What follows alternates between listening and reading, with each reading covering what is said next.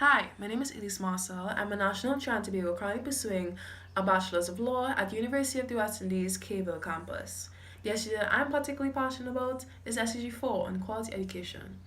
Growing up in Trinidad, my family and I, we were not particularly wealthy, but what my sister and I did have is we had a mom who emphasized to us that you will go to school and you can use your education to open opportunities that you might not have had otherwise. If you ask anybody, they will tell you that one of the biggest issues in Trinidad and Tobago is crime. And this is despite the fact that education is being heavily invested into. But if it is that education is being heavily invested into and there are still issues of high crime rates and serious issues with gender based violence, what is really being taught in schools? And I think what is being identified here is that issue in terms of education is cultural. The issue is not access to education, the issue is access to a type of education where the quality does not show vulnerabilities to any specific group. And a lot of the times, the group that's being affected are young boys from disproportionate homes.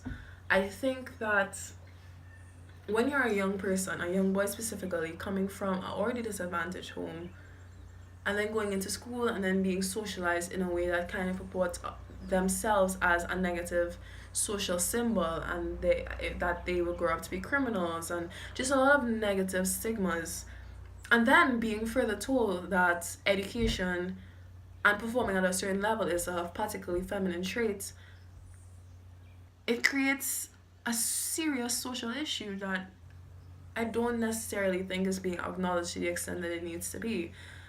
When you are told that you are something, you are going to act accordingly. And even though the CARICOM governments have pledged to put a lot of emphasis on the SDGs, don't think that emphasis is being put on the fact that the SDGs are interconnected. If you solve the education problem, that kind of acts as a foundation to fix the others.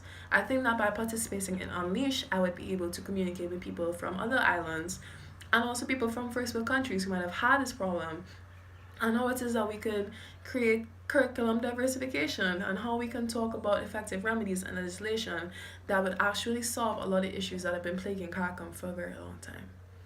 Thank you.